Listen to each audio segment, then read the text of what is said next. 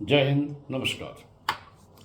अंग्रेजों से ज़्यादा खतरनाक मुगल शासन और मुगल शासन से ज़्यादा खतरनाक पूर्व के कई राजा, अनगिनत राजतंत्र, अनगिनत राज्य, राजाओं का आपसी द्वंद्व और आपस में कोई तालमेल नहीं। और आज की राजनीति पुनः यही काम करवाना चाह रही है, हिंदुओं को जातिवाद में तोड़ रही है। मेरा उद्देश्य सच आपके दिमाग में, समाज में बैठाना है कि एकता टूटेगी, गुलामी मिलेगी।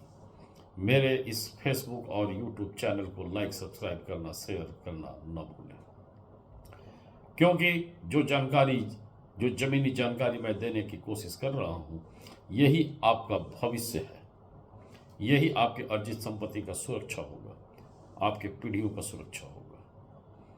और खुल के जमीनी सच्चाई पर बात करने से अधिकांश लोग डरते हैं, या जैसे इंटरटेनमेंट के लिए रील बनाते हैं, लेकिन वो इंटरटेनमेंट रील भी उसी समय संभव है जब आपका देश सुरक्षित होगा, जब समाज सुरक्षित होगा। मुगल, जिनको हम क्रूर शासकों के रूप में जानते हैं, 2014 के बाद, उसके पहले तो मुगल महान हुआ करते थे। लेकिन अब जब सच्चाई धीरे धीरे सामने आई है, तो ये लगता है कि अंग्रेजों ने भी हम पर शासन किया, कई तरह का अत्याचार किया, लेकिन यकीन मानिए अंग्रेजों से ज़्यादा खतरनाक मुगल शासक थे। अंग्रेजों ने तो खोखले हिंदुस्तान पर शासन किया, लेकिन उसके पहले हिंदुस्तान खोखला हो चुका था, और खोखला करने का सबसे प्रमुख कारण मुगलों का अत्याचार था। मुगल आक्रमणों के दौरान हमारे हिंदू मंदिरों को काफी गंदे तरीके से लूटा गया। सिर्फ लूटा ही नहीं गया, उनके ऊपर में मस्जिद का निर्माण भी हो गया, जो आज कई तरह के सामाजिक विद्वेष का कारण बना हुआ है, कई तरह के गंदे राजनीति का कारण बना हुआ है। इस बात से कोई इनकार नहीं कर सकता है जो मैं बता रहा हूं। जबरन धर्म परिवर्तन की कई तरह की घटनाएं हुई। आज भी हिंदुस्तान के रहने वाले कई विद्वान मुस्लिम खुद के पूर्वज को हिंदू बताते हैं, यानी आज हिंदुस्तान में जो भी मुस्लिम रह रहे हैं, उन सभी के पूर्वज हिंदू ही थे। और आतताइयों के कारण उन्होंने धर्म परिवर्तन किया, और आज उन्हीं के वंशज के साथ एक द्वंद्व चल रहा है। इस बात को हिंदू, मुस्लिम, सिख, ईसाई सभी को समझना होगा कि जहर का बीज बोया मुगलों ने, और उस फसल को हम काट रहे हैं। मुगलों के आक्रमणों के दौरान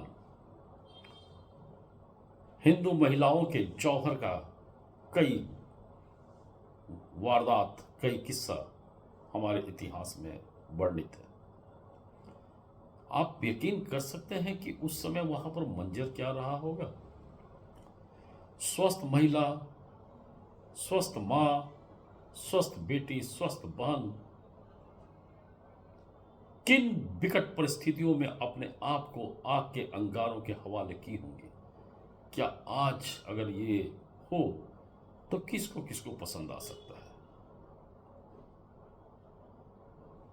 तो उन परिस्थितियों को आप अपने दिल और दिमाग में, कल्पना में लाइए कि किस तरह का अमानवीय अत्याचार का डर रहा होगा जब ये महिलाएं खुद को आग के हवाले की होंगी।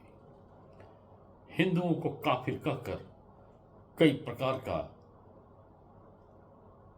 उत्पीड़न किया गया, कई तरह का अत्याचार किया गया, भेदभाव किया गया, और धर्म परिवर्तन करवाया गया। और यही धर्म परिवर्तित लोग आज भ्रमवश आप हिंदुस्तान में आपस में द्वंद्व के मुहाने पर खड़े हैं। और राजनीति इसका भरपूर फायदा उठा रही है। कई राजनीतिक दलों को किसी हिंदू, किसी मुस्लिम, किसी सिख, ईसाई से कोई मतलब नहीं है, देश से कोई मतलब नहीं है। उनको मतलब है कि एन तेन सत्ता उनके हाथ में कैसे आए। और यकीन मानिए, अगर आने वाले वक्त में एक समान जागरूकता न हुई तो हिंदुस्तान में पुनः कई तरह के दिक्कत होंगे और इसके कारण कई तरह की विकट परिस्थितियां बन सकती हैं। यकीन मानिए, ये सब इसलिए हुआ क्योंकि अखंड भारत में अनगिनत राज्य था, अनगिनत राजा थे, आपसी कोई संबंध नहीं था, बहुत ज़्यादा घनिष्ठ संबंध नहीं था। अतः एक राज्य में अगर कोई बर्बरता हुई तो दूसरे राज्य के राजा को कोई मतलब नहीं था। आज हम सब एक हिंदुस्तान नामक छत के नीचे हैं। हिंदुस्तान को बचाने का कार्य सभी को करना है, चाहे आप हिंदू हो, मुस्लिम हो, सिख हो, ईसाई हो। हिंदुस्तान रहेगा तो आपका हुनर रहेगा, आपका आरक्षण रहेगा, आपकी आर्थिक स्थिति रहेगी, आपकी अर्जित संपत्ति रहेगी, आप जिन पीढ़ियों के लिए काम कर रहे हो उनकी सुरक्षा होगी।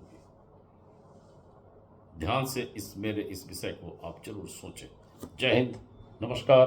पुनः किसी विषय पर मिलते हैं।